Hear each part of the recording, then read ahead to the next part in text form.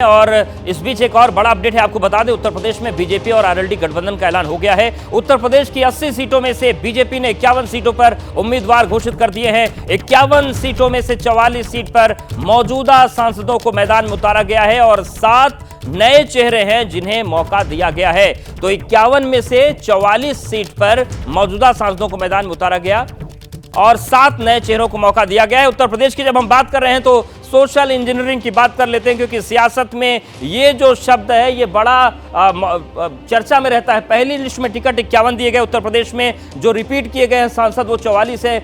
10 मंत्री ऐसे हैं जिनका टिकट बरकरार है। नए 7 चेहरों को मौका मिला है। अगर हम वर्ग की बात करें तो सामान्य वर्ग से 12 चेहरे सामने आते हैं, ओबीसी से 21 लोगों को टिकट दिया गया और एससी समुदाय से 12 लोगों को टिकट दिया गया है। तो जातीय पक्ष को भी ध्यान में रखा गया है। जो नए चेहरे हैं, नई लीडरशिप की बात होती है, उनका भी ध्यान रखा गया है। परफॉर्मेंस का भी ध्यान रखा गया है। 10 मंत्रियों के टिकट बरकरार हैं। रिपीट जिन लोगों ने किया उनकी ये संख्या 44 है। तो ये पूरी तस्वीर है। और एक बार फिर से ज्यादा जानकारी के लिए वीरेश पांडे का हम रुख कर लेते हैं। वीरेश, जिस तरीके से 51 में से 7 नए चेहरे हैं जिनको मौका मिला है, जो पुराने चेहरे थे उनके नाम और काम में कमी रह गई, या फिर ये 7 नए जो चेहरे हैं ये बीजेपी को कुछ नई उम्मीद, नई ताकत देने वाले?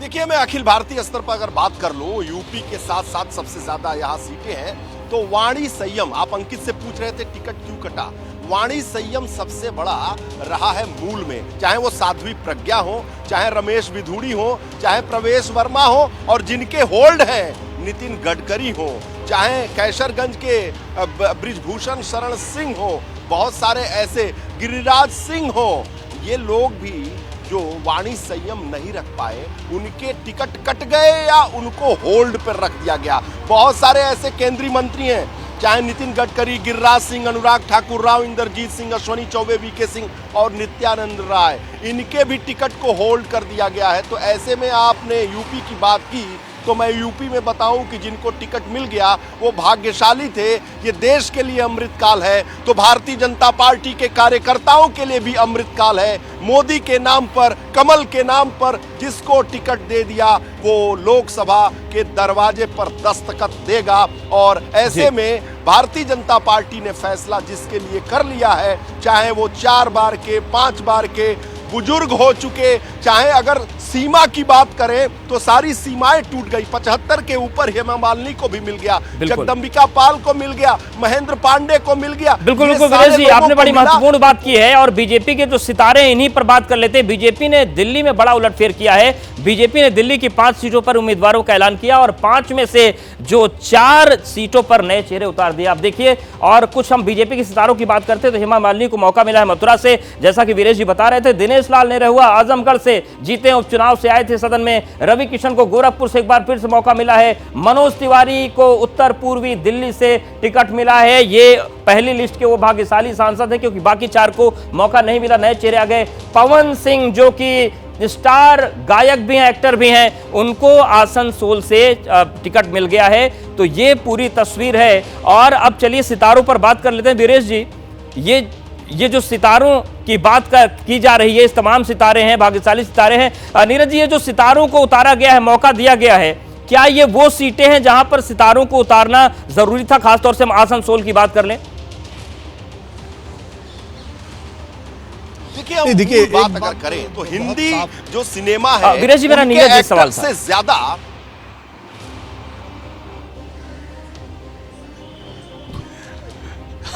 कोई बात नहीं, चाहे वीरेश बात करें चाहे अवधेश नीरज बात करें, बात एक ही है। दोनों लोगों की आवाज़ मैं बोल देता हूं।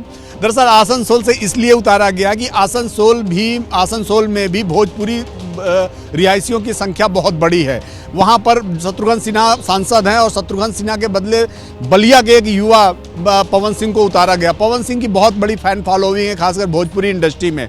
आप देखें, अगर वहाँ पर पवन सिंह चुनाव लड़ते हैं तो भारतीय जनता पार्टी का अपना कैडर प्लस भोजपुरी समझने वाले, भोजपुरी बोलने वालों की जो संख्या, जो अप्रवासी बिहारी वहाँ पर रहता है पश्चिम बंगाल में, उस पर सीधा असर पड़ेगा। ये सिर्फ आसनसोल तक असर नहीं पड़ेगा, बल्कि पवन सिंह आसनसोल के अलावा आसपास की सीटों पर भी प्रभाव डालेंगे। और भोजपुरी इंडस्ट्री में जब वो जाएंगे लोगों के बीच में, क्योंकि सितारे आज भी इतना प्रभाव रखते हैं कि अपने लोगों को कनेक्ट करते हैं, कल्चरली कनेक्ट करते हैं, सांस्कृतिक रूप से कनेक्ट करते हैं, गाना गा कर कनेक्ट करते हैं, अपनी सभ्यता और संस्कृति के लिहाज से उनको अपने साथ जोड़ने की बात करते हैं। तो आसनसोल से भारतीय जनता पार्टी ने प्रयोग किया है कि बलिया के एक यूथ को, जो बलिया से लेकर आप समझिए कोलकाता तक जो एक बड़ी इंडस्ट्री है भोजपुरी की, उन सब में एक बड़ा स्टार है, उसको आसनसोल से उतारा है। स्टार वर्सेस स्टार का नारा भारतीय जनता पार्टी ने एक तरह से दे दिया है। तो एक स्टार वो है शत्रुघ्न सिन्हा, जो हैं तो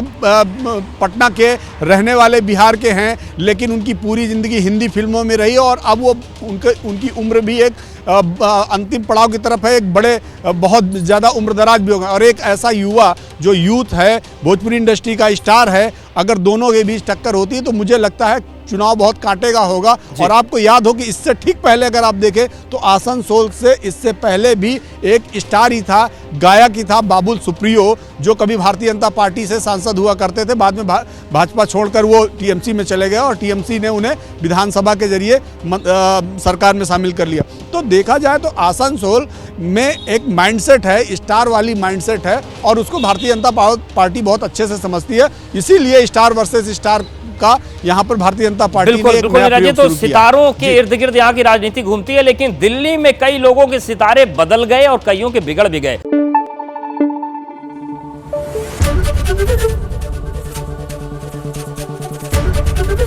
एबीपी न्यूज आपको रखे आगे।